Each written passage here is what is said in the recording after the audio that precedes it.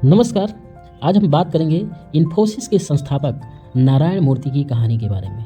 नारायण मूर्ति भारत के सबसे सफल उद्यमियों में से एक हैं, जिन्होंने इन्फोसिस की स्थापना की और भारतीय आईटी सेक्टर को ग्लोबल पहचान दिलाई। एक मध्यवर्गीय परिवार में से आने वाले नारायण मूर्ति ने अपनी मेहनत, दूरदृष्टि और संघर्ष से इन्फोसिस को बिलियन डॉलर कंपनी में तब्दील किया। उनका पूरा नाम नागवारा रामाराव नारायण मूर्ति है। इनका जन्म 20 अगस्त 1946 को कर्नाटक में हुआ था। इन्होंने national institute of engineering Mysore से इलेक्ट्रिकल इंजीनियरिंग की डिग्री प्राप्त की। तत्पश्चात भारतीय प्रौद्योगिकी संस्थान IIT कानपुर से मास्टर्स की डिग्री प्राप्त की। छोटे शहर से आने वाले नारायण मूर्ति शुरू से ही पढ़ाई में अव्वल थे। उन्होंने IIT कानपुर से कंप्यूटर साइंस और सॉफ्टवेयर इंजीनियरिंग की पढ़ाई की, जो उस समय भारत में एक नई तकनीकी थी। पढ़ाई पूरी करने के बाद उन्होंने भारतीय प्रबंधन संस्थान IIM अहमदाबाद में एक शोधकर्ता के रूप में काम किया। इसके बाद उन्होंने पाटनी कंप्यूटर सिस्टम नाम की एक IT कंपनी में नौकरी की, लेकिन उनका सपना खुद का बिजनेस शुरू करने का था। सन 1976 में उन्होंने सॉफ्ट्रोनिक्स नाम की एक IT कंपनी शुरू की, लेकिन यह असफल हो गई। यह उनके लिए एक बड़ा झटका था, लेकिन उन्होंने हार नहीं मानी। सन 1981 में उन्होंने 10,000 की छोटी पूंजी से अपनी पत्नी सुधा मूर्ति की मदद से इन्फोसिस की शुरुआत की। उनके साथ 6 और सह संस्थापक थे, जिनमें Nandan Nilekani, Kris Gopalakrishnan, SD Shivlal, K Dinesh, Ashok Arora और NS राघवन शामिल थे। उस समय भारत में IT सेक्टर विकसित नहीं था, लेकिन नारायण मूर्ति को विश्वास था कि आने वाले समय में सॉफ्टवेयर इंडस्ट्री बहुत बड़ी बनेगी।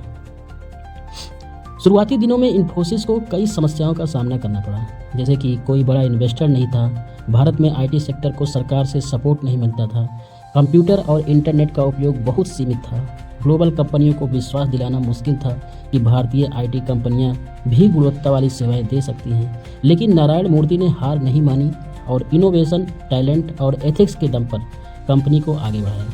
सन 1993 में इन्फोसिस ने भारतीय स्टॉक मार्केट में एंट्री ली और लोगों का विश्वास जीता।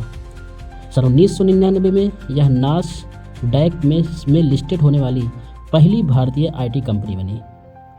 सन 2000 के दशक में इन्फोसिस तेजी से ग्रोथ करने लगी और दुनिया की टॉप IT कंपनियों में शामिल हो गई। आज इन्फोसिस के पास 50+ देशों में 3 लाख से ज़्यादा कर्मचारी हैं और यह 5 लाख करोड़ से ज़्यादा की मार्केट वैल्यू वाली कंपनी है। नारायण मूर्ति को उनकी एथिकल लीडरशिप, सरल जीवन शैली और विजन के लिए जाना जाता है। उन्होंने हमेशा ग्राहकों और कर्मचारियों को प्राथमिकता देने की बात की। उनका मानना है, सिंप्लिसिटी, हार्डवर्क और इनोवेशन से कोई भी बिजनेस सफल बन सकता है। उन्होंने इन्फोसिस को कर्मचारियों के लिए सबसे बड़ी कंपनी बनाने का लक्ष्य रखा और भारत में ESOPs यानी एम्प्लॉई स्टॉक ओनरशिप प्लान की शुरुआत की, जिससे हजारों कर्मचारियों को आर्थिक आज़ादी मिली। नारायण मूर्ति से कुछ सीखने योग्य बातें हैं, जैसे कि छोटे से भी शुरुआत करें लेकिन बड़ा सोचें, असफलताओं से सीखें और हार न मानें। ईमानदारी, कड़ी मेहनत और सही नेतृत्व से सफलता पाई जा सकती है। अपने कर्मचारियों और ग्राहकों को प्राथमिकता दें तथा तकनीकी और इनोवेशन को अपनाएं। नारायण मूर्ति से संबंधित एक अनसुनी कहानी है, जब उन्होंने 3 दिन भूखे रहकर जीवन का सबसे बड़ा सबक सीखा।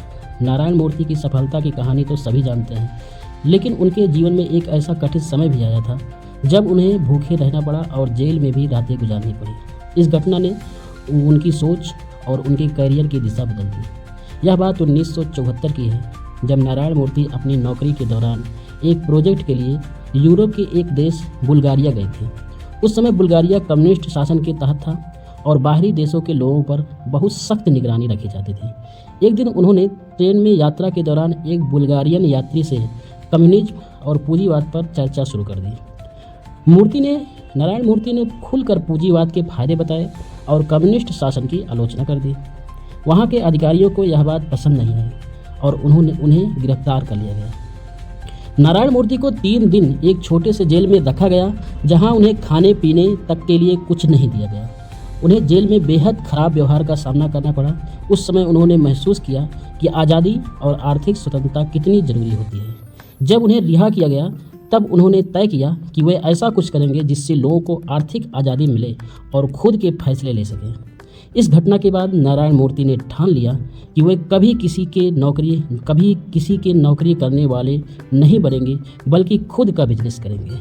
उन्होंने अपना स्टार्टअप शुरू किया जो असफल रहा, लेकिन 1981 में इन्फोसिस की नींव रखी। उन्होंने एक ऐसा बिजनेस मॉडल बनाया जिससे हजारों भारतीय युवाओं को नौकरी मिली और भारत को ग्लोबल आईटी हब बनाने में मदद मिली। उनकी कहानी से हमें सीख मिलती है कि कठिनाइयों से भागने की बजाय उनसे सीखें। आज़ादी सिर्फ राजनीतिक नहीं बल्कि आर्थिक भी होनी चाहिए। असफलता के बाद भी हिम्मत नहीं हारनी चाहिए। किसी भी घटना से सबक लेकर खुद को मजबूत बनाना चाहिए। नारायण मूर्ति की यह कहानी बताती है कि संघर्ष हमें मजबूत बनाता है। कभी कभी सबसे बुरे अनुभव ही सबसे बड़ी सफलता की वजह बनते हैं। जय हिंद, जय भारत।